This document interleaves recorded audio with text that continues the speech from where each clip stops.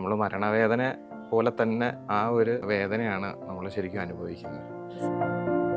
നമ്മളിപ്പോൾ ഒരു ആളനുഭവിക്കുന്ന ഒരു വേദനകൾ ഇപ്പോൾ നമുക്ക് യൂറിനിൽ സ്റ്റോൺ വന്നാലുള്ള വേദനയുണ്ട്, പിത്തസഞ്ചിയിൽ കല്ല് വന്നാലുള്ള വേദനയുണ്ട്. അങ്ങനെയുള്ള വേദനകളുടെ കാറ്റഗറൈസേഷനിൽ ഏറ്റവും ഹയസ്റ്റ് ഇൻറ്റൻസിറ്റി ഉള്ള പെയിനാണ് പ്രസവ വേദന. അല്ല, ഹാർട്ട് ഡിസീസ് ഉള്ളവർക്ക് പെയിൻ കൂടുമ്പോൾ നമ്മളുടെ ഹാർട്ട് ബീറ്റ് കൂടും, BP കൂടും, അപ്പോൾ അത് ഹാർട്ടിനെ നെഗറ്റീവായിട്ട് ബാധിക്കും. അപ്പോൾ അങ്ങനെയുള്ളവർക്ക് ഏറ്റവും ബെസ്റ്റ് ഓപ്ഷനാണ് പെയിൻലെസ് ഡെലിവറി. കാരണം നമ്മൾ വളരെ സ്ട്രെസ് ഫ്രീ ആയിരിക്കും. പെയിൻ കാരണം കൊണ്ടുള്ള ഈ ഹാർട്ടിൻ്റെ വേരിയേഷൻസോ അങ്ങനത്തെ ബീറ്റിൻ്റെ വേരിയേഷൻസോ എല്ലാം നമുക്ക് കൺട്രോൾ ചെയ്ത് നിർത്താൻ പറ്റും. പെയിൻ സ്കോറിംഗ് എന്ന് പറയുന്നത് സാധാരണ പറഞ്ഞാൽ 0 to 10 ആണ്. 0 എന്ന് പറഞ്ഞാൽ നോ പെയിൻ, 10 എന്ന് പറഞ്ഞിട്ടുണ്ടെങ്കിൽ വേർസ്റ്റ് പെയിൻ. 10-ലുള്ള ഒരാളെ നമുക്ക് കംഫർട്ടബിൾ എന്ന് പറഞ്ഞിട്ടുണ്ടെങ്കിൽ ഒരു 3 ഒക്കെയാണ്. അപ്പോൾ നമ്മൾ 3 ലെവലിലേക്കാണ് കൊണ്ടുവരുന്നത്. നമ്മൾ പെയിൻലെസ് ഡെലിവറിയാണ്. എന്നാലും നമ്മളിപ്പോൾ ഈ ചൂസ് ചെയ്യാൻ പറ്റുന്ന ഓപ്ഷൻസിൽ ഏറ്റവും സക്സസ് റേറ്റ് കൂടുതലുള്ളത് എപ്പിഡ്യൂറലാണ്. അപ്പോൾ ഫസ്റ്റത്തത് സിസേറിയൻ ആണ്. അപ്പോൾ നമ്മളിപ്പോൾ പുതിയ ഇതാണ് VBAC എന്ന് പറയും, അതായത് വജൈനൽ ബർത്ത് ആഫ്റ്റർ സിസേറിയൻ എന്ന് പറയുന്ന ഓപ്ഷൻ. അപ്പോൾ നമ്മൾ ആ ക്രൈറ്റീരിയ എല്ലാം ഫേവറബിൾ ആണ്. അവർക്ക് എമർജൻസി ആയിട്ട് പെടണമെന്ന് പറഞ്ഞാൽ അവർ ഇന്നലെ മരുന്ന് കഴിച്ച ആളാണെങ്കിൽ നമുക്ക് പറ്റത്തില്ല. അപ്പോൾ നമ്മൾ ഭയങ്കരമായിട്ട് ശ്വാസം വിടും. അപ്പോൾ നമ്മുടെ കാർബൺ ഡൈ ഓക്സൈഡ് ബ്ലഡിൽ പോവും, അഡ്രിനാലിൻ ഭയങ്കര കൂട്ടും. അപ്പോൾ നമ്മുടെ ഹാർട്ട് റേറ്റ് ഒക്കെ ഭയങ്കര കൂടുതലായിരിക്കും. അത് ബേബിക്ക് ബ്ലഡ് കിട്ടണതിൻ്റെ ഫ്ലോയിലേക്ക് അത് അഫക്റ്റ് ചെയ്യാനുള്ള ചാൻസ്. മരുന്നുകളില്ലാത്ത രീതിയുണ്ട്, മരുന്നുകൾ കൊണ്ടുള്ള രീതിയുണ്ട്. എല്ലാത്തിൻ്റെയും സേഫ്റ്റി കൺസേൺസും അഡ്വാൻറ്റേജസും ഡിസഡ്വാൻറ്റേജസും എല്ലാം ഇതൊന്നും എടുക്കാതെ ഡെലിവർ ചെയ്തവരോട് നമ്മൾ ആ വേദന എങ്ങനെ ഉണ്ടായിരുന്നു എന്ന് ചോദിക്കുമ്പോൾ ഓർക്കാനേ വയ്യ എന്ന് പറയുന്ന ഒരു പോയിന്റ് ആയിരിക്കില്ല ഇതെടുത്ത് കഴിഞ്ഞിട്ട് ഡെലിവർ ആവുന്നത്. ഒരു മനുഷ്യന്റെ ആയുസ്സിൽ കടന്നു പോകുന്ന വേദനകളിൽ ഏറ്റവും വലിയ വേദനകളിൽ ഒന്നായിട്ട് പറയുന്നതാണ് പ്രസവ വേദന എന്ന് പറയുന്നത്. എന്താണ് ലേബർ പെയിൻ എന്ന് പറയുന്നത്? ഈ വേദനയില്ലാതെ നമുക്ക് പ്രസവിക്കാൻ പറ്റുമോ? അങ്ങനെ ലേബർ പെയിനുമായി ബന്ധപ്പെട്ട് ഒരുപാട് കാര്യങ്ങളാണ് നമ്മൾ ഇന്ന് കേൾക്കാൻ പോകുന്നത്. Hi and welcome to Saina health plus. എൻ്റെ പേര് ഫെറിൻ ആൻഡ് ഇന്ന് നമ്മുടെ കൂടെയുള്ളത് is doctor Alif. Welcome doctor. So വളരെ ബേസിക് ആയിട്ട് ചോദിച്ചു തുടങ്ങുകയാണ്, എന്താണ് ഈ ലേബർ പെയിൻ എന്ന് പറയുന്നത്? എവിടെ നിന്നാണ് ഇത് വരുന്നത്? ഫസ്റ്റ് ഉണ്ടാവുന്നതെന്ന് വെച്ചാൽ യൂട്രസിൻ്റെ ആ ഒരു കൺട്രാക്ഷനാണ്. നമ്മൾ ഡെലിവറി തന്നെ നമ്മൾ 3 സ്റ്റേജായിട്ടാണ് പറയുന്നത്. ഫസ്റ്റ് സ്റ്റേജ് എന്ന് പറഞ്ഞാൽ കൺട്രാക്ഷൻ സ്റ്റാർട്ട് ചെയ്ത് സെർവിക്സ് ഫുള്ള് ഡയലേറ്റ് ആവുന്നവരെ. രണ്ടാമത്തെ സ്റ്റേജ് എന്ന് പറഞ്ഞിട്ടുണ്ടെങ്കിൽ സെർവിക്സ് ഡയലേറ്റ് ആയതിനു ശേഷം കുഞ്ഞിൻ്റെ തല പുറത്തേക്ക് സെർവിക്സിൽ കൂടെ വന്ന് കുഞ്ഞ് ഡെലിവർ ആവുന്നത്. പിന്നെ അടുത്ത സ്റ്റേജിൽ ഡെലിവർ ആയി കഴിഞ്ഞതിന് ശേഷം മറുപിള്ള പുറത്ത് വരുന്ന ആ ഒരു സമയം. ഇത് അങ്ങനെ നമ്മൾ സ്റ്റേജ് ചെയ്തേക്കുന്നത്. അപ്പോൾ ഫസ്റ്റ് സ്റ്റേജിലെ പെയിൻ എന്ന് പറഞ്ഞിട്ടുണ്ടെങ്കിൽ ആ യൂട്രസ് കൺട്രാക്ട് ചെയ്യുന്ന ഒരു പെയിനാണ്. രണ്ടാമത്തെ സ്റ്റേജിൽ വരുന്നത് സെർവിക്സ് സ്ട്രെച്ച് ആവുന്ന വേദനയാണ്. ശരിക്കും ഒരു മനുഷ്യന്റെ ജീവിതത്തിൽ സഹിക്കേണ്ടി വരുന്ന ഏറ്റവും വലിയ വേദനയാണോ ഈ ഒരു പ്രസവ വേദന എന്ന് പറയുന്നത്? നമ്മളിങ്ങനെ ഇത്ര എല്ലൊടിയുന്നതാന്നൊക്കെ പറഞ്ഞ് ആ ഒരു വേദനയാന്നൊക്കെ പറഞ്ഞ് കേട്ടിട്ടുണ്ട്. സത്യം പറഞ്ഞാൽ അതെ, അത് ഇപ്പം നമ്മളിപ്പോൾ ഒരു ആളനുഭവിക്കുന്ന ഒരു വേദനകൾ, ഇപ്പോൾ നമുക്ക് യൂറിനിൽ സ്റ്റോൺ വന്നാലുള്ള വേദനയുണ്ട്, പിത്തസഞ്ചിയിൽ കല്ല് വന്നാലുള്ള വേദനയുണ്ട്, അങ്ങനെ പല പല മൈഗ്രെയിൻ്റെ വേദനകളുണ്ട്. അപ്പോൾ അങ്ങനെയുള്ള വേദനകളുടെ കാറ്റഗറൈസേഷനിൽ ഏറ്റവും ഹയസ്റ്റ് ഇൻറ്റൻസിറ്റി ഉള്ള പെയിനാണ് പ്രസവ വേദന. അതായത് നമ്മൾ മരണവേദന പോലെ തന്നെ ആ ഒരു വേദനയാണ് നമ്മൾ ശരിക്കും അനുഭവിക്കുന്നത്. നമ്മൾ ഇപ്പോൾ പ്രസവമാകുമ്പോൾ വേദന ഉണ്ടാവും, അതെല്ലാവരും സഹിച്ചിട്ട് തന്നെയാണ് പ്രസവിക്കുന്നതെന്നൊക്കെ ചുറ്റുമുള്ളവർ പറയും. പക്ഷെ എന്തുമാത്രമാണ് നമ്മൾ ഈ ഒരു പെയിൻ ഒന്നും ചെയ്യാതെ ഇരുന്ന് കഴിഞ്ഞാൽ എന്തെങ്കിലും പ്രശ്നമുണ്ടോ, അല്ലെങ്കിൽ നമ്മൾ അതിനൊരു മെഡിക്കൽ അറ്റൻഷൻ കൊടുക്കേണ്ട കാര്യമുണ്ടോ? ഡയറക്റ്റ്ലി അതിനൊരു ഇപ്പോൾ എല്ലാവരും പറയണ പോലെ തന്നെ പണ്ട് കാലത്തുള്ളവരെല്ലാവരും വേദന അനുഭവിച്ച് തന്നെയാണ് പ്രസവിച്ചേക്കുന്നത്. ഇൻഡയറക്റ്റ്ലി ഇതിൽ കുറേയും കുഞ്ഞിന് കുറേയും ഇത് വരാൻ ഉള്ള റിസ്ക് ഫാക്ടേഴ്സ് എന്ന് വെച്ചിട്ടുണ്ടെങ്കിൽ, ഒന്ന് ഞാൻ നേരത്തെ പറഞ്ഞ അഡ്രിനാലിനൊക്കെ വളരെ കൂടുതലായിരിക്കും. അപ്പോൾ നമ്മൾ ഭയങ്കരമായിട്ട് ശ്വാസം വിടും. അപ്പോൾ നമ്മുടെ കാർബൺ ഡൈ ഓക്സൈഡ് ബ്ലഡിൽ പോവും, അഡ്രിനാലിൻ ഭയങ്കര കൂട്ടും. അപ്പോൾ നമ്മുടെ ഹാർട്ട് റേറ്റ് ഒക്കെ ഭയങ്കര കൂടുതലായിരിക്കും. അതേപോലെ തന്നെ അത് ഈ അഡ്രിനാലിൻ നമ്മുടെ രക്തക്കുഴലിൽ ചെന്ന് ആക്ട് ചെയ്യുമ്പോൾ നമ്മുടെ രക്തക്കുഴലെല്ലാം ഇങ്ങനെ ചുരുങ്ങിയായിരിക്കും ഇരിക്കുക. അപ്പോൾ യൂട്രസിലേക്കുള്ള ബ്ലഡ് ഫ്ലോ കുറയും.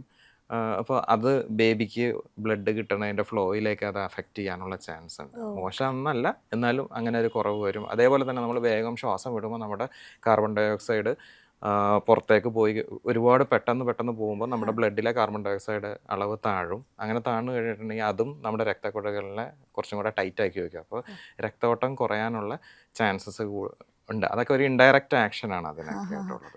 മാത്രമല്ല ഈ അഡ്രിനാലിൻ്റെ ഒരു എഫക്റ്റ് എന്ന് വെച്ചിട്ടുണ്ടെങ്കിൽ നമ്മളുടെ യൂട്രസിനെ അത് റിലാക്സ് ചെയ്ത് വയ്ക്കും. അപ്പോൾ കൺട്രാക്ഷൻ കറക്റ്റായിട്ട് നടക്കില്ല.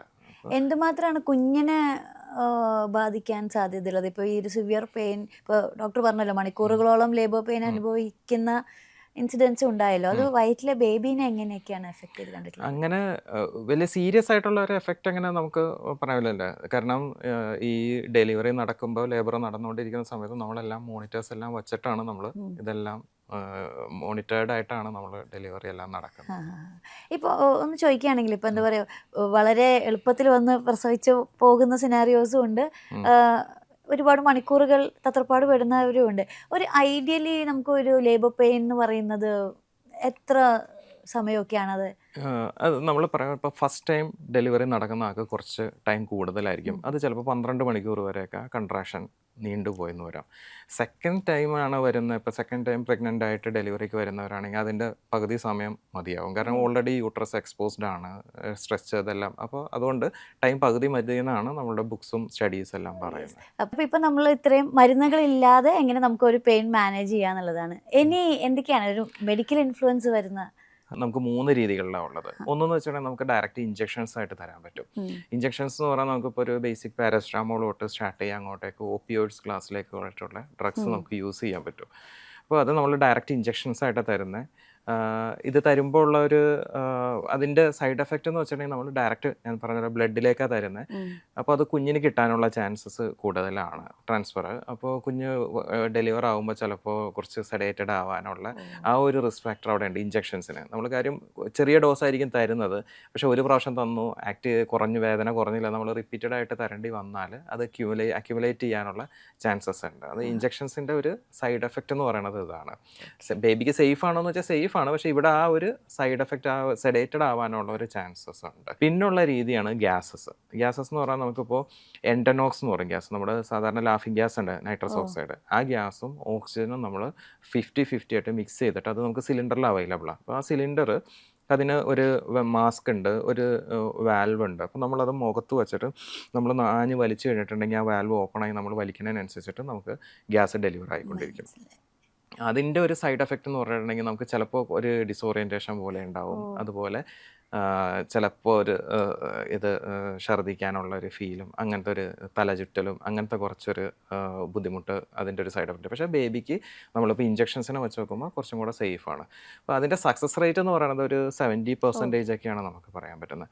പിന്നെ ഉള്ളതാണ് നമ്മൾ റീജിയണൽ ടെക്നിക്സ് എന്ന് പറയും. അതായത് നമ്മൾ നട്ടലിൽ ഒക്കെ ഇഞ്ചെക്ഷൻസ് കൊടുത്തിട്ടുള്ളത്. അതിൽ വരുന്നതാണ് ഒന്ന് സ്പൈനൽ അനസ്തേഷ്യ എന്ന് പറയുന്നത്. നമ്മൾ സാധാരണ സിസേറിയനെ തരുന്ന പോലെ ഒരൊറ്റ സിംഗിൾ ഷോട്ടായിട്ട് ഒരു ഇഞ്ചെക്ഷൻ ആയിരിക്കും. പക്ഷേ ആ ഡോസിൽ നമുക്ക് ഇഞ്ചെക്ഷൻ തന്നിട്ട് അതായില്ലെങ്കിൽ നമുക്ക് പിന്നീട് വീണ്ടും കുത്തിക്കൊണ്ടിരിക്കാൻ പറ്റില്ല. അപ്പോൾ അതിനാണ് നമ്മൾ എപ്പിഡ്യൂറൽ എന്ന് പറയുന്ന ഓപ്ഷൻ എന്ന് പറയുന്നത്. അതായത് നമ്മൾ ഈ മാല കോർക്കുന്ന പോലത്തെ ചെറിയ ഒരു ട്യൂബായിരിക്കും.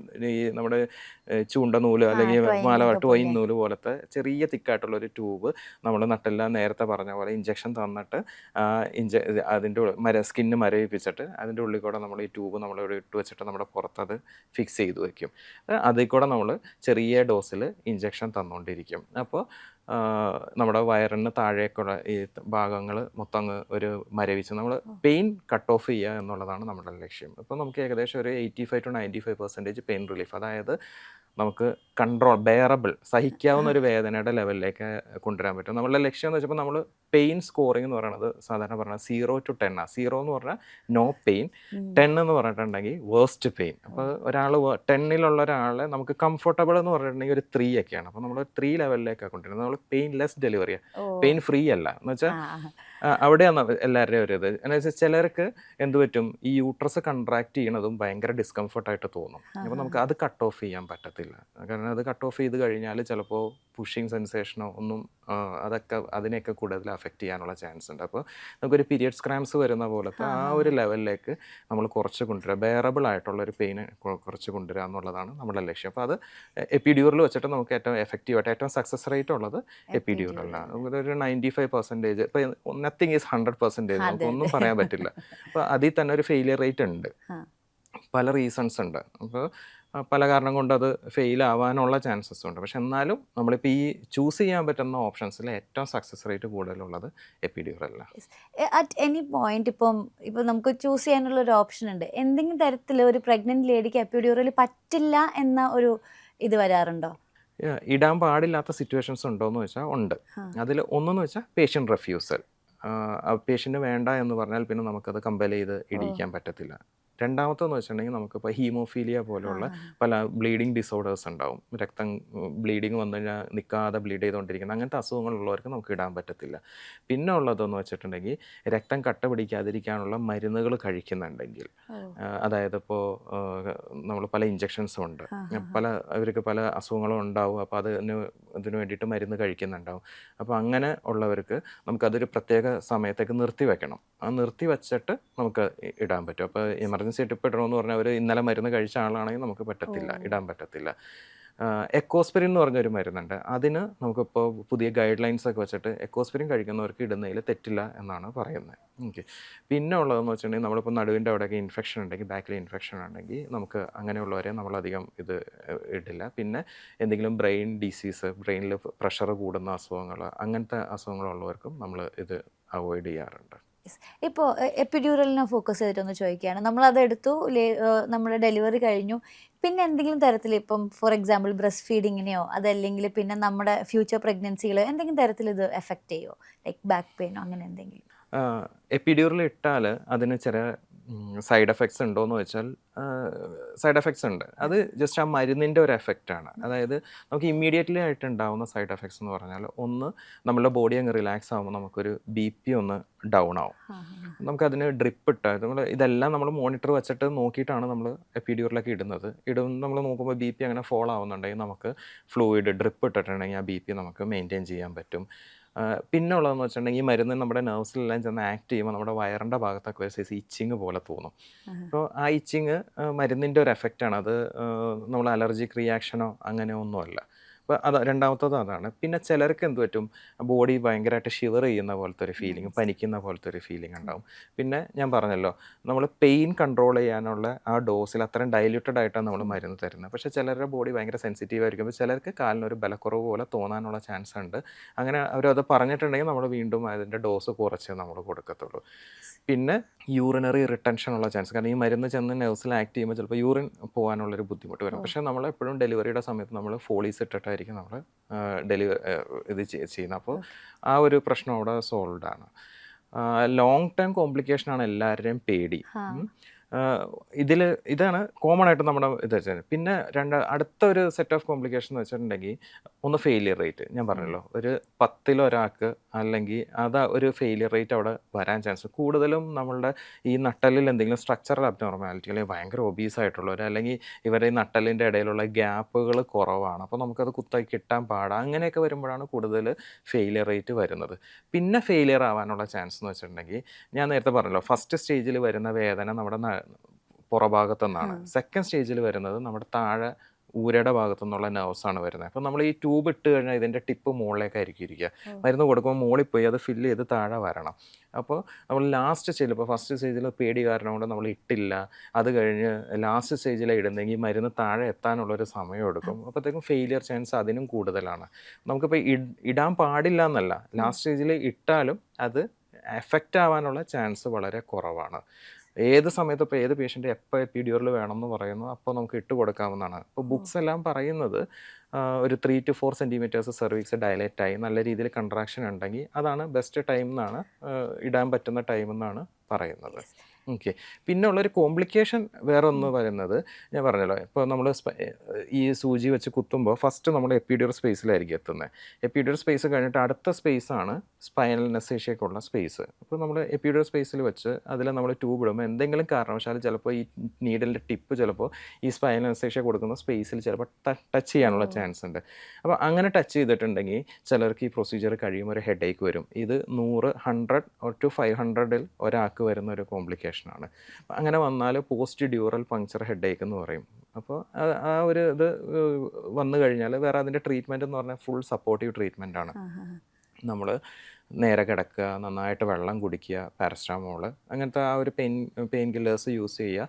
ഒരു 3 to 4 days കഴിയുമ്പോഴത്തേക്കും അത് തന്നെ റിസോൾവ് ആവുന്ന ഒരു അസുഖമാണ്. ഇനി അത് തീരെ പറ്റുന്നില്ല, നമ്മുടെ ഈ തലവേദന കാരണം കൊണ്ട് നമുക്കിപ്പോൾ ഒരു കാര്യങ്ങളൊന്നും ചെയ്യാൻ പറ്റാത്ത അത്ര ഡിഫിക്കൽട്ടുള്ളൊരു സിറ്റുവേഷൻ ആണെങ്കിൽ മാത്രം നമ്മൾ ചെയ്യുന്നത് വെച്ചിട്ടുണ്ടെങ്കിൽ എപ്പിഡ്യൂറൽ ബ്ലഡ് പാച്ച് എന്ന് പറയും. അതായത് ഈ രോഗിയുടെ തന്നെ ബ്ലഡ് എടുത്തിട്ട് നമ്മൾ വീണ്ടും നമ്മൾ എപ്പിഡ്യൂറൽ കുത്തിയിട്ട് അതിനുള്ളിൽ കൂടെ ഇഞ്ചക്ഷൻ കൊടുത്ത് അവിടെ ആ ഒരു നമ്മൾ കുത്തിയ ഭാഗത്ത് എന്തെങ്കിലും ലീക്ക് ഉണ്ടെങ്കിൽ അത് നമ്മൾ ബ്ലഡ് വെച്ച് പാച്ച് ചെയ്ത് കളയുന്ന ഒരു ട്രീറ്റ്മെൻറ്റ്. ഇതുവരെ അങ്ങനെ നമ്മളങ്ങനെ ഒരുപാട് റിക്വയർമെൻറ്റ് അങ്ങനെ വരാറില്ല. അങ്ങനത്തെ ഒരു ഇത് ഞാൻ പറഞ്ഞില്ല, വളരെ റെയറാണ് 500 ഒരാൾക്കൊക്കെ വരുന്ന ഒരു കോംപ്ലിക്കേഷൻ. നമുക്കിപ്പോൾ ലേബർ പെയിൻ മാനേജ്മെന്റ് ആണെങ്കിലും ഒക്കെ ഒരുപാട് മെഡിക്കൽ അഡ്വാൻസ്മെന്റ് വന്നെങ്കിലും ഇതൊക്കെ അസോസിയേറ്റഡ് ആയിട്ടുള്ള കുറേ മിത്സും ഉണ്ട്. അതായത് ഇന്നതാണെങ്കിൽ ഇന്നത് സംഭവിക്കും എന്ന് നമ്മൾ തന്നെ കാലാകാലമായിട്ട് വിശ്വസിച്ചിരിക്കുന്നത്. അതിലൊന്നാണ് ഈ എപ്പിഡ്യൂറൽ എടുത്തു കഴിഞ്ഞാൽ ഒരു എന്താ പറയുക ലൈഫ് ടൈം ബാക്ക് പെയിൻ ഉറപ്പാണ് എന്നുള്ളത്. അങ്ങനെയുണ്ടോ? ഇത് സാധാരണ എല്ലാവർക്കും ഉണ്ട്. അതായത് ഇപ്പോൾ സിസേറിയൻ കഴിഞ്ഞാൽ അതിന് സ്പൈനൽ അനസ്തേഷ്യ തന്നാലും ബാക്ക് പെയിൻ വന്നത് ആ സ്പൈനൽ കുത്തിയോണ്ടാന്നുള്ള രീതിയിലുള്ള ഇതുണ്ട്. അപ്പോൾ നമ്മൾ ജനറലി പറയുവാണെങ്കിൽ പ്രഗ്നൻ്റ് ആയി കഴിഞ്ഞാൽ 50% ആളുകൾക്ക് ഒരു ബാക്ക് പെയിൻ ഉണ്ടാവും. കാരണം നമ്മളുടെ ഹോർമോൺസിൽ ഡിഫറൻസ് വരുന്നുണ്ട്, നമ്മളുടെ സ്ട്രക്ചറിൽ തന്നെ. കാരണം ശ്രദ്ധിച്ചറിയാൻ പറ്റും, വയറ് വലുതാവുമ്പോഴത്തേക്കും നമ്മുടെ സെൻറ്റർ ഓഫ് ഗ്രാവിറ്റി ഫ്രണ്ടിലേക്ക് മാറുകയാണ് ചെയ്യുന്നത്. അപ്പോൾ അതിനനുസരിച്ച് നമ്മുടെ സ്പൈനും നല്ലൊരു കർവേച്ചർ വരുന്നുണ്ട്. അപ്പോൾ അങ്ങനെ ആ കർവേച്ചർ ഇൻക്രീസ് ചെയ്യുമ്പോൾ ഉറപ്പായിട്ടും നമ്മുടെ ബാക്കിലെ മസിൽസിന് ആ ഒരു സ്ട്രെയിൻ വരുന്നുണ്ട്. അപ്പോൾ അത് കാരണം കൊണ്ടാണ് കൂടുതലും ഈ ബാക്ക് പെയിൻ വരുന്നത്. അപ്പോൾ നമ്മൾ ഇപ്പോൾ പറയുകയാണ്, ഇപ്പോൾ തന്നെ നമ്മുടെ വിരൽ ഇങ്ങനെ സ്ട്രെച്ച് ചെയ്ത് പിടിച്ചാൽ തന്നെ നമുക്കറിയാം നമ്മുടെ ഈ വിരലിൻ്റെ ഇവിടെ ഈ ഭാഗത്ത് അതിൻ്റെ ഒരു പെയിൻ ഉണ്ട്. പുറകിൽ നമുക്ക് ഒരു ഇത് ലൂസ് ചെയ്ത ഇത് വരുന്ന പോലെ അതേപോലെ തന്നെയാണ് ഡെലിവറി കഴിയുമ്പോഴത്തേക്കും എന്താ ഇത് പൂർവ്വസ്ഥിതിയിലേക്ക് തിരിച്ചു വരുവാണ്. അപ്പോൾ ടൈറ്റായിട്ടിരുന്നത് വീണ്ടും തിരിച്ച് നോർമൽ സ്റ്റേജിലേക്ക് വരുന്നു. അപ്പോൾ ഇങ്ങനെ ആ ഒരു ടൈറ്റ്നെസ്സും റിലാക്സേഷനും വരുന്ന ഇതുകൊണ്ട് ഇനിയിപ്പോൾ ഡെലിവറി കഴിഞ്ഞാലും ഇപ്പം നേരത്തെ ഞാൻ പറഞ്ഞ ബാക്ക് പെയിൻ ഉള്ളവരിൽ തന്നെ ഒരു 50% ആളുകൾക്ക് ബാക്ക് പെയിൻ പെർസിസ്റ്റ് ചെയ്യും. അങ്ങനെയുള്ള ഒരാൾക്കായിരിക്കും ചിലപ്പോൾ നമ്മൾ എപ്പിഡ്യൂറൽ ഇടുന്നത്. ഇട്ട് കഴിയുമ്പോൾ പിന്നെ അവർ ആലോചിച്ച് നോക്കുമ്പോൾ ശരി ഇപ്പോൾ ഇത് ഇട്ടിട്ടാണോ വേദന വന്നേ എന്നുള്ള രീതിയിൽ. അതല്ലാതെ ഇത് കാരണം കൊണ്ടുണ്ടാവുന്ന പെയിൻ ഇപ്പോൾ നമ്മൾ എത്ര സ്റ്റഡീസ് നോക്കിയാലും അതൊരു ലെസ് ദാൻ 1% അല്ലെങ്കിൽ 0.1% ചാൻസേ നമുക്ക് പറയാനുള്ളൂ. അതൊരു തെറ്റിദ്ധാരണയാണ് അതിൻ്റെ ഒരു ഇത്. അതുപോലെ തന്നെ വളരെ കോമൺ ആയിട്ട് കേട്ടിട്ടുള്ള ഒരു ടേമാണ് നമുക്കറിയാം, പാരലൈസ്ഡ് ആയി പോവും എന്നുള്ള സംഭവങ്ങൾ. അത് ഓരോരുത്തരുടെ പേടിയാണ്, ഇത് കുത്തിക്കഴിഞ്ഞാൽ നട്ടെല്ലിന് കുത്ത് കിട്ടുമോ എന്നുള്ളതൊക്കെ. നമ്മൾ അത്രയും ട്രെയിൻഡ് ആയിട്ടും അത്രയും എക്സ്പീരിയൻസ്ഡ് ആയിട്ടും നമ്മൾ വളരെ സൂക്ഷിച്ച് തന്നെയാണ് ഇത് ചെയ്യുന്നത്. നമുക്കിതിന് ഓരോ ഇതുണ്ട്, രീതികളുണ്ട്. അപ്പോൾ അതിലിപ്പോൾ നമ്മളിപ്പോൾ എന്താ പറയുക, ഒരു ട്രാഫിക് ആക്സിഡൻറ്റ് വന്നിട്ട് നമ്മൾ പാരലൈസ് ആയി പോകുന്ന അതിനേക്കാളും ചാൻസസ് കുറവാണ്. അങ്ങനെ ഇത് എപ്പിഡ്യൂറൽ കുത്തിയതിൻ്റെ പേരിൽ പാരലൈസ് ആവാനുള്ളത്. പിന്നെ ചിലർക്ക് മരുന്നിൻ്റെ എഫക്റ്റൊക്കെ കാരണം കൊണ്ടോ അല്ലെങ്കിൽ പ്രൊലോങ്ഡ് ലേബർ കാരണം കൊണ്ടൊക്കെ ചിലപ്പോൾ ഏതെങ്കിലും ഒരു സൈഡിലേക്ക് ചിലപ്പോൾ ഒരു നംനസ് വരും. അപ്പോൾ നമുക്കൊരു കുറേ നേരം ആ പൊസിഷനിൽ കിടക്കുമ്പോഴൊക്കെ ഒരു ടെമ്പററി ആയിട്ടൊരു മരവിപ്പ് പോലെ ഫീൽ ചെയ്യാനുള്ള ചാൻസസ് ഉണ്ട്. ഇപ്പം നമ്മൾ പെയിൻലെസ് ലേബർ ഒക്കെ ഓപ്റ്റ് ചെയ്യുമ്പോൾ പ്രീ എക്സിസ്റ്റിംഗ് ഡിസീസസ് ഒക്കെ ഉണ്ടെങ്കിൽ ഇപ്പോൾ ഹാർട്ട് ഡിസീസോ ഡയബറ്റിക്സോ അങ്ങനെയുള്ളവർക്കൊക്കെ ഇതെടുക്കാൻ പാടില്ല എന്നുണ്ടോ? ഇല്ല, എന്ന് വെച്ചിട്ടുണ്ടെങ്കിൽ ചില ഹാർട്ട് ഡിസീസ് ഉള്ളവർക്ക് ഞാൻ പറയില്ല, പെയിൻ കൂടുമ്പോൾ നമ്മളുടെ ഹാർട്ട് ബീറ്റ് കൂടും, BP കൂടും. അപ്പോൾ അത് ഹാർട്ടിനെ നെഗറ്റീവായിട്ട് ബാധിക്കും. അപ്പോൾ അങ്ങനെയുള്ളവർക്ക് ഏറ്റവും ബെസ്റ്റ് ഓപ്ഷനാണ് നമുക്ക് പെയിൻലെസ് ഡെലിവറി. കാരണം നമ്മൾ വളരെ സ്ട്രെസ് ഫ്രീ ആയിരിക്കും. പെയിൻ കാരണം കൊണ്ടുള്ള ഈ ഹാർട്ടിൻ്റെ വേരിയേഷൻസോ അങ്ങനത്തെ ബീറ്റിൻ്റെ വേരിയേഷൻസോ എല്ലാം നമുക്ക് കൺട്രോൾ ചെയ്ത് നിർത്താൻ പറ്റും. അപ്പോൾ അതൊന്നും ഒരു കോൺട്രാ ഇൻഡിക്കേഷനില്ല. ഈവൺ ഇപ്പോൾ ചിലർക്ക് പറയും ഡിസ്കിന് കംപ്ലൈൻറ്റ് ഉള്ളതെന്ന് പറയും. അപ്പോൾ അങ്ങനെയുള്ളവർക്കും ഇടുന്നതിൽ നമുക്കൊരു തെറ്റില്ല. കാരണം വെച്ചിട്ടുണ്ടെങ്കിൽ ഈ എപ്പിഡ്യൂറൽ സ്റ്റിറോയിഡ് എന്ന് പറഞ്ഞ ഒരു ഇഞ്ചക്ഷൻ നമ്മൾ ട്രീറ്റ്മെൻറ്റ് നമ്മൾ ചെയ്യാറുണ്ട് ശരിക്കും ഈ ബാക്ക് പെയിൻ ഉള്ളവർക്ക്. അപ്പോൾ അങ്ങനെ ഡിസ്കിന് കംപ്ലൈൻറ്റോ അതിൻ്റേതായിട്ടുള്ള വേദനകളുള്ളവർക്ക് പോലും നമ്മൾ എപ്പിഡ്യൂറൽ കുത്താറുള്ളതാണ്.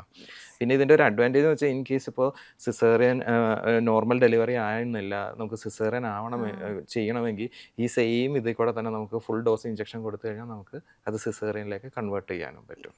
പിന്നെ ഒരു ഇത് കേട്ടിട്ടുള്ളത്, വേദനിച്ച് പ്രസവിച്ചാലേ കുട്ടിക്ക് അല്ലെങ്കിൽ ആ ഒരു വേദന അമ്മ അനുഭവിക്കുമ്പോഴേ കുട്ടിക്ക് സ്മൂത്ത് ആയിട്ട് പുറത്തേക്ക് വരാൻ പറ്റുള്ളൂ എന്നൊക്കെ. അത് എന്തുമാത്രം വാസ്തവമാണ്? അതൊക്കെ ഒരു മിസ്കൺസെപ്റ്റ് ആണ്. അങ്ങനെ ഒരു വേദനിച്ച് തന്നെ പ്രസവിക്കണമെന്നുള്ളതൊക്കെ അതൊരു ഓരോരുത്തരുടെ ഓരോ ചിന്താഗതികളാണ്. നമുക്ക് അതിനൊരു സയന്റിഫിക് എവിഡൻസ് ഉണ്ടോയെന്ന് വെച്ചാൽ ഇല്ല. ഇപ്പം ഏത് സിസേറിയൻ ആണെങ്കിലും നോർമൽ ആണെങ്കിലും പെയിൻലെസ് ആണെങ്കിലും ലൈക്ക് സെയിം ആണ്, അതിൽ വേറെ ഇതൊന്നുമല്ല. അതുപോലെ തന്നെ നമ്മൾ വാക്വം, ഫോസപ്സ് അങ്ങനത്തെ സംഭവങ്ങളൊക്കെ ഉപയോഗിക്കേണ്ടി വരുന്ന ഒരു സിനാറിയോ കൂടുതലുണ്ടോ ഇപ്പോൾ ഇത് എപ്പിഡ്യൂറൽ ചെയ്തൊരു പേഷ്യൻറ്റിനാണ്? ഞാൻ പറഞ്ഞല്ലോ, ചില സമയത്ത് ചിലർക്ക് നമ്മൾ ഇത് 10-15 കൊല്ലം ആയിട്ടുള്ളൂ. അപ്പം നമുക്കിപ്പോൾ അന്നേരം ഡോസിൻ്റെ ഇതിലെല്ലാം ഒരു സ്റ്റഡീസ് എല്ലാം വന്ന് ഇപ്പോൾ നമുക്ക് അറിയാം ഏത് സ്ട്രെങ്ത്തിൽ കൊടുത്താലാണ് നമുക്കൊരു പെയിൻലെസ് ആവാൻ പറ്റുന്നതെന്നും അതുപോലെ പുഷിങ് സെൻസേഷൻ പോകുന്നതും ഏത് ഇത് ലെവലിലാണെന്നുള്ളതൊക്കെ നമുക്ക് അറിയാം. അപ്പോൾ അത് കാരണം കൊണ്ട് നമ്മളിപ്പോൾ ആ ഒരു ചെറിയ ഡോസ് പെയിൻ കട്ട് ഓഫ് ചെയ്യാനുള്ള ആ ഒരു ഡോസിൽ, അപ്പോൾ അതുകൊണ്ട് കൂടുതലും കാലിനൊന്നും മരവിപ്പോ ബലക്കുറവോ ഒന്നും വരാറില്ല. പിന്നെ ഞാൻ പറഞ്ഞ എക്സെപ്ഷണൽ കേസസിൽ ചിലർക്ക് ആ ചെറിയ ഡോസ് പോലും ചിലപ്പോൾ ഒരു തരിപ്പ് ഉണ്ടാക്കാനുള്ള ചാൻസ് ഉണ്ട്. അങ്ങനെ വരുമ്പോൾ നമുക്ക് ചിലപ്പോൾ വാക്വം യൂസ് ചെയ്യേണ്ടി വന്നേക്കാം. അതിൻ്റെ പേരിൽ ഇത് എപ്പിഡ്യൂറലിട്ട് പുഷ് ചെയ്യാൻ പറ്റാതെ സിസേറിയനിലേക്ക് പോകേണ്ട അവസ്ഥ അങ്ങനെ ഇതൊന്നും വന്നിട്ടില്ല. വാക്വം യൂസ് ചെയ്യേണ്ട ഒരവസ്ഥ ഉണ്ടാവാം ചിലർക്ക്. ഇപ്പോൾ നമ്മൾ സിസേറിയൻ ഒക്കെ ആണെങ്കിൽ ഒരു വിശ്വാസമാണ്, അതായത് ഫസ്റ്റ് സിസേറിയൻ ആയി കഴിഞ്ഞാൽ സെക്കൻഡോ തേർഡോ ആണെങ്കിൽ നോർമലിനെ കുറിച്ച് ചിന്തിക്കേ വേണ്ട, അത് അങ്ങനെ ആവും എന്നുള്ളത്. അതുപോലെ ഇപ്പോൾ ഇഫ് ഇൻ കേസ് ഒരു ഫസ്റ്റ് പെയിൻലെസ് ലേബർ ഓപ്റ്റ് ചെയ്തൊരു വ്യക്തിക്ക് സെക്കൻഡ് പ്രഗ്നൻസി ഇത് വേണ്ട എന്ന് വെക്കാനുള്ള ഒരു ഓപ്ഷൻ ഉണ്ട്. സാധാരണഗതിയിൽ ഫസ്റ്റിൽ എപ്പിഡ്യൂറിൽ ഇട്ടവർ സെക്കൻഡ് വരുമ്പോഴത്തേക്കും ആ പെയിൻ അന്ന് കിട്ടിയ കംഫർട്ട് കാരണം കൊണ്ട് സെക്കൻഡിന് എപ്പിഡ്യൂറിൽ വേണം എന്നാണ് പറയുന്നത്. വേണ്ടാന്ന് വയ്ക്കാനുള്ള ഓപ്ഷൻ അവർക്കുണ്ട്. പിന്നെ ഇപ്പോൾ ഫസ്റ്റത്തത് സിസേറിയൻ ആണ്. അപ്പോൾ നമ്മളിപ്പോൾ പുതിയ ഇതാണ് വി ബാക്ക് എന്ന് പറയും, അതായത് വജൈനൽ ബർത്ത് ആഫ്റ്റർ സിസേറിയൻ എന്ന് പറയുന്ന ഓപ്ഷൻ. അപ്പോൾ നമ്മൾ ആ ക്രൈറ്റീരിയ എല്ലാം ഫേവറബിൾ ആണ്, അവർക്ക് വി ബാക്കിന് ഓപ്ഷൻ പറ്റുമെങ്കിൽ അവർക്കും നമ്മൾ എപ്പിഡ്യൂറിൽ ഇട്ട് കൊടുക്കാറുണ്ട്. ഒരു പ്രഗ്നൻസിക്കായിട്ട് വെയിറ്റ് ചെയ്ത് നിൽക്കുന്ന ലേബർ പെയിനെ പറ്റിയിട്ടൊക്കെ ഒരുപാട് പേടിയുള്ള ഒരുപാട് പേരുണ്ടാവും. എന്താണ് അവരോടൊക്കെ പറയാനുള്ളത് റിഗാർഡിങ് ലേബർ പെയിൻ മാനേജ്മെൻറ്റ്? നമുക്കിപ്പോൾ ഇപ്പോഴത്തെ പുതിയ ഈ കാലഘട്ടത്തിൽ ഒരുപാട് ഓപ്ഷൻസ് ഉണ്ട്. ഞാൻ നേരത്തെ പറഞ്ഞ പോലെ മരുന്നുകളില്ലാത്ത രീതിയുണ്ട്, മരുന്നുകൾ കൊണ്ടുള്ള രീതിയുണ്ട്. എല്ലാത്തിൻ്റെയും സേഫ്റ്റി കൺസേൺസും അഡ്വാൻറ്റേജസും ഡിസഡ്വാൻറ്റേജസും എല്ലാം നമ്മൾക്ക് അറിയാം, എന്തെല്ലാമൊക്കെയാണ് സംഭവിക്കാൻ ചാൻസ് ഉള്ളതെന്നുള്ളതും എല്ലാം നമ്മൾ അത്രയും പ്രൊട്ടക്ഷനും കെയറോട് കൂടിയാണ് നമ്മൾ ചെയ്യുന്നത്. അപ്പോൾ അതേക്കുറിച്ച് ഓർത്ത് ടെൻഷൻ ആവണ്ട. കാരണം നമുക്കറിയാവുന്ന കാര്യങ്ങൾ നമ്മൾ ഡീറ്റെയിൽ ആയിട്ട് തന്നെ നമ്മൾ പറഞ്ഞ് ഇവർക്കൊരു കൗൺസിലിംഗ് എല്ലാം കൊടുത്തിട്ടാണ് നമ്മൾ ഇതെല്ലാം ചെയ്യിക്കുക. പിന്നെ ഇത് പേടിച്ച് ഇതെന്തെങ്കിലും വരുമോ എന്ന് പേടിച്ചിട്ട് അതെടുക്കാതെ ഇരിക്കേണ്ട കാര്യമില്ല എന്നാണ് എൻ്റെ അഭിപ്രായം. കാരണം ഇതൊരു എപ്പോഴും ഞാൻ പറയാം 3 കാര്യങ്ങൾ. ഒന്ന്, നമുക്ക് ഇൻറ്റൻസിറ്റി മാനേജ് ചെയ്യാൻ പറ്റും, നമ്മുടെ സ്ട്രെസ് ഹോർമോൺസിൻ്റെ ലെവൽ കൺട്രോൾ ചെയ്ത് നിർത്താൻ പറ്റും. പിന്നെ അതൊരു പോസിറ്റീവ് എക്സ്പീരിയൻസ് ആയിരിക്കും. ഇപ്പോൾ പലരും നോർമലായിട്ട് ഡെലിവർ ചെയ്തവർ, ഇതൊന്നും എടുക്കാതെ ഡെലിവർ ചെയ്തവരോട് നമ്മൾ ആ വേദന എങ്ങനെ ഉണ്ടായിരുന്നു എന്ന് ചോദിക്കുമ്പോൾ അവർ എനിക്ക് ഓർക്കാനേ വയ്യ എന്ന് പറയുന്ന ആ ഒരു പോയിൻ്റ് ആയിരിക്കില്ല ഇതെടുത്ത് കഴിഞ്ഞിട്ട് ഡെലിവർ ആവുന്നവർ, അവർക്കൊരു പോസിറ്റീവ് ആയിരിക്കും. ഇപ്പോൾ തന്നെ ഞങ്ങൾ ഇട്ട് കൊടുക്കുന്നവരിൽ പലരും എന്ത് ചെയ്യും, നല്ലൊരു എക്സ്പീരിയൻസാണ്, ഞാൻ എൻ്റെ ഫ്രണ്ട്സിനോട് ഞാൻ പറയാം ഇതിടുന്ന നല്ലതാണ്, പലർക്കും പേടിയാണ്. അങ്ങനെ പല ഇതുപോലെ എപ്പിഡ്യൂറായിട്ട് ഡെലിവർ ആയവരും നമ്മൾക്ക് അങ്ങനെ ഒരു പോസിറ്റീവ് ഇതാണ് നമ്മളോട് പറയാറ്. അപ്പോൾ thank you so much doctor Alif. എന്ന് ഈ പ്രസവ വേദന പേടിച്ചിട്ട് കല്യാണം പോലും വേണ്ട എന്ന് പറഞ്ഞിരിക്കുന്ന ഒരുപാട് പേര് നമുക്ക് പേഴ്സണലി അറിയാം. അപ്പം അങ്ങനെയുള്ളവർക്കും ഈ ഒരു ബ്യൂട്ടിഫുൾ ജേർണിയിലൂടെ കടന്നു പോകുന്ന എല്ലാവർക്കും ഈ ഒരു ഇൻ്റർവ്യൂ ഹെൽപ്ഫുൾ ആവട്ടെ എന്ന് വിശ്വസിക്കുന്നു. Thank you so much. Thank you.